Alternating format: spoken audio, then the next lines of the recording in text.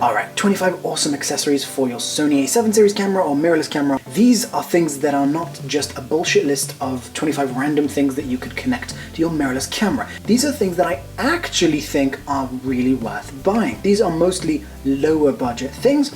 These are 25 things, and over here I have a few extra things that I might want to mention as well. But these are basically some of my favorite things for my mirrorless camera, my Sony A7S right here. Tiny tripod, really great for travel, super lightweight, and goes really long, great for the price. This is fantastic because it means I can travel really lightweight. Even if I'm only going short distance, I don't want to carry a lot of stuff if I can avoid it. Obviously for big pro shoots, I do sometimes take a lot of stuff.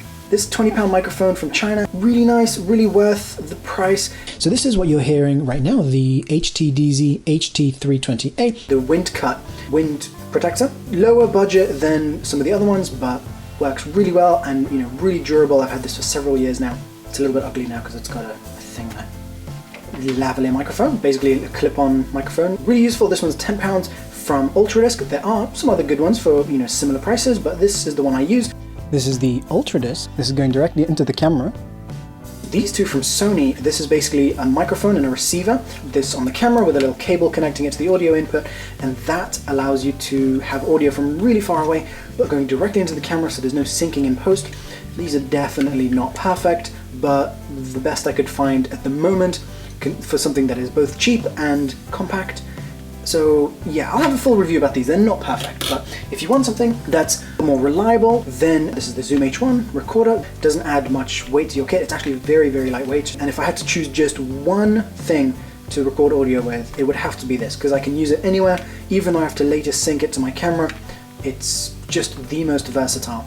And yeah, so this thing plus a lavalier microphone. This thing is also good because a lot of Sony NEX cameras don't have a microphone input. The A7 series does, but the smaller NEX ones don't. Little remote for your A7 or other NEX camera. This one is the best one I could find for Sony's, and it's really cheap too. It's about £7. The distance isn't great on it, but it's the only one I could find that has all these things that I need.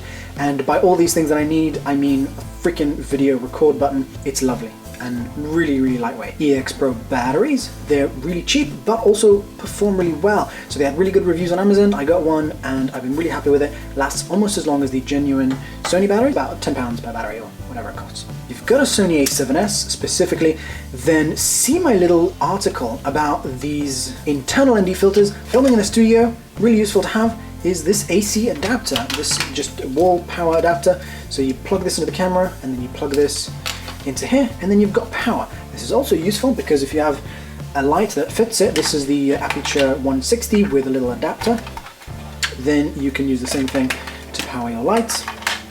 So very, very useful. Helicoid adapters. This is an adapter with no glass or anything in it. That's just an extending adapter. It's basically just adding another focus ring to your camera. Why would you want to do that? When you're adapting lenses, having the ability to focus them super close is amazing. On some lenses, the limitation of the minimum focus distance is really annoying, especially on longer lenses, and especially on lenses like this one from Voigtlander, where it's like you've got like a meter minimum focus. On things like longer lenses like 85mm, you've sometimes got like an 80cm minimum focus. So that just means when you want to get close to something and do that photo up close, you can't focus that close.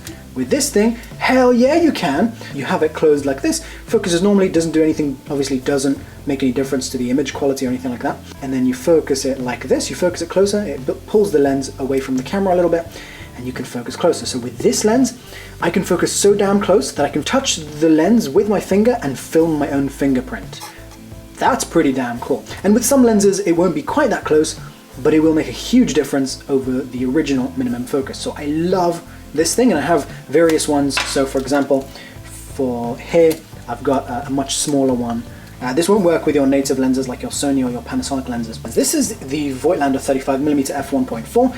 This is probably the most expensive thing here, but I think it's worth mentioning specifically for the A7 series cameras because it's super compact and is fairly wide. So this is good, if you love bokeh and you still want something that's good as a walk-around lens. I don't know, it's just so much fun to use. This is the GorillaPod SLR-Zoom. It's about £36 with this head that you see right here. This is, as far as I know, the strongest GorillaPod. I've tested all of them, even the big ones like the Focus, and this ball head is super strong as well and nice and lightweight. The entire system is super lightweight and compact. You know, it's so damn useful. I put it on my shoulder for video stabilization.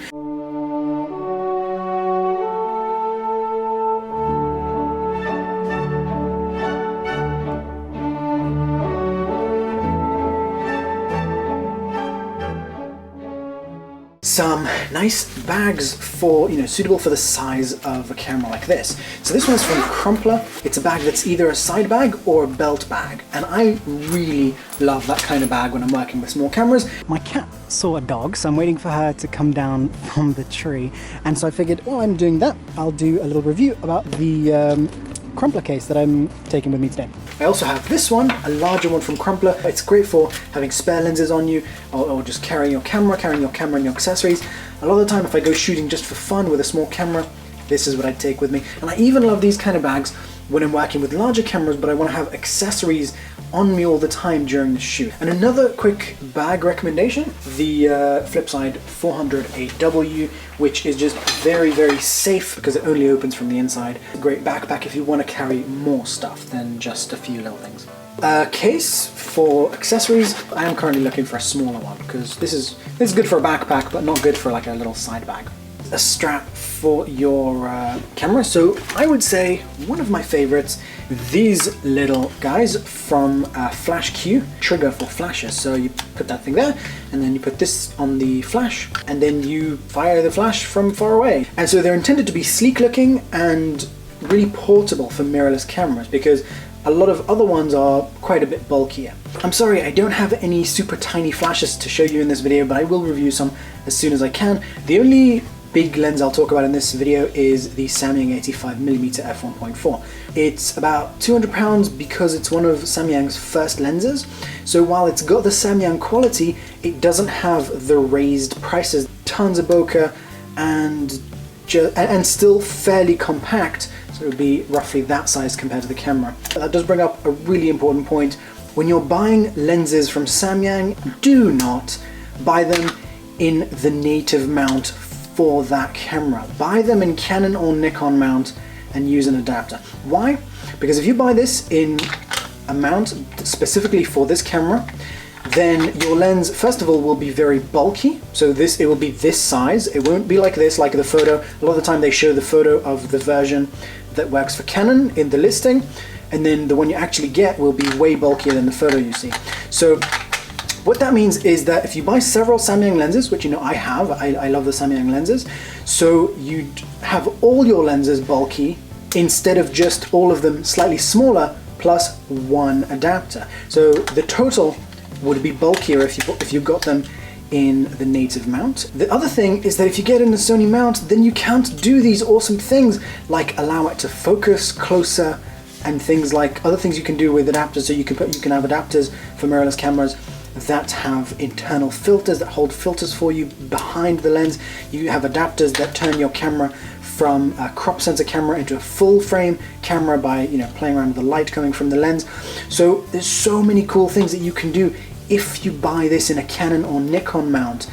This little thing from Lowepro, Spectrum 10, and you know what, it's just this cheap little case, but I've been finding it super useful. It just holds just the perfect size to hold maybe a spare memory card or some spare batteries or whatever. Just clip it to my belt or clip it to the bag that I'm already taking to add a little bit of extra space to the bag, to the side of the bag.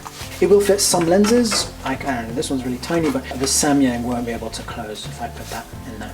And I use it all the time. So now this has just come in the mail, a slightly larger one from Lowepro. This is the Apex 30. This will be a separate video. It's a kit which has things that I never want to forget: backup headphones, fuses for lights, ear protectors for noise, and ND filter, GorillaPod if I want, a spare lens, really a perfect size for this sort of little belt pack. A rain cover. I made this for my DSLR with a fairly big lens. You can buy what's called a ripstop nylon, and it's just a super lightweight material, doesn't add any weight. You have two holes, one in the front, one in the back, and one at the bottom for your tripod plate if you want. That's just got some elastic there. What I often do is just close it like this, so just the viewfinder is out. This is great for cameras that aren't waterproof and for lenses that aren't waterproof. So like that, gives you some really nice additional protection from the rain and from dust and whatever, things like that. And yeah, really nice addition, and obviously you can make it in the correct size, but I would say leave it a little baggy so that, you know, you can still focus the lens quite easily from the outside. You could put, you know, leave enough space to then just put your hand in like that and focus from the inside. Now for about £20 you can get yourself this Fujion 35mm, super cheap, super compact, fantastic on NEX cameras and Panasonics and things like that, Micro Four Thirds. Do buy it with the correct adapter, don't buy it separately and buy the adapter separately, so that you know that you're getting an adapter that works with this, because, you know, there are various different kinds of adapters. Even if you think it might match, buy it together with the adapter. And yeah, it gives you some nice bokeh and stuff like that, just fun to use. As we know, light is important. Aperture 198, and this is a little more expensive than the 160. I really like the 198 if you want the bag, holds your batteries and stuff, holds, you know, whatever little accessories you need. If you were on a low budget, I would say get the 160, it's a little cheaper. They're super rugged.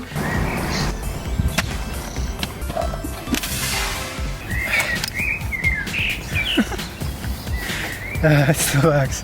So I'm not worried about needing the bag, but it is a really nice addition if you want to keep things really organized and, you know, to hold this thing. I actually use these loads for accessories like lights and microphones and things like that.